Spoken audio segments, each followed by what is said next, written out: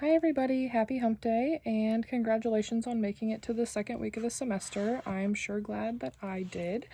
I chose to do option A, so here's the cell that I constructed and all the organelles from the presentation for week 2, the cytology presentation. To start off here, the nucleus is in purple. I did the nucleolus in a lighter purple right here in the center and outlined it with a little ball, and then in here the bigger area is where all of the DNA is stored in the nucleus, and then right out here outlined with some squiggles going the opposite way is the nuclear envelope. Right down from there we have the rough ER, which is continuous with the nuclear envelope, so I just showed that kind of coming right off of it, which is the site where proteins are produced in here, and it's also covered in ribosomes. So ribosomes I represented with all the little black dots, not only on the rough ER but all over throughout the cell. And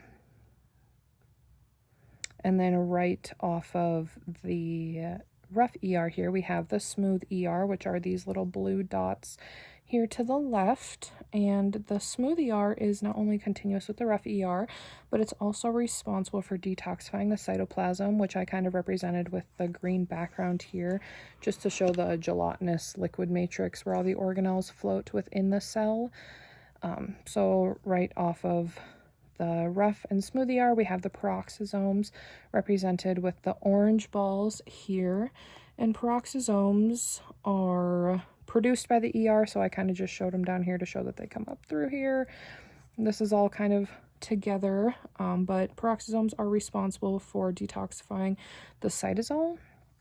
And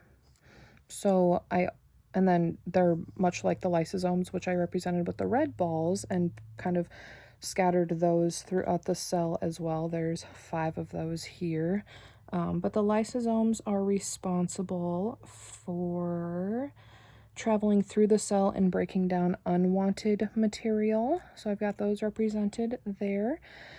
And then kind of all around the cell also I put 3 little bits of mitochondria. The mitochondria is known as the powerhouse for the cell. This is where all the ATP is produced and distributed. They're oval in shape like described, so I kind of just made them little bean shapes. And then these show the internal folds that he talked about in the presentation, or the cristae.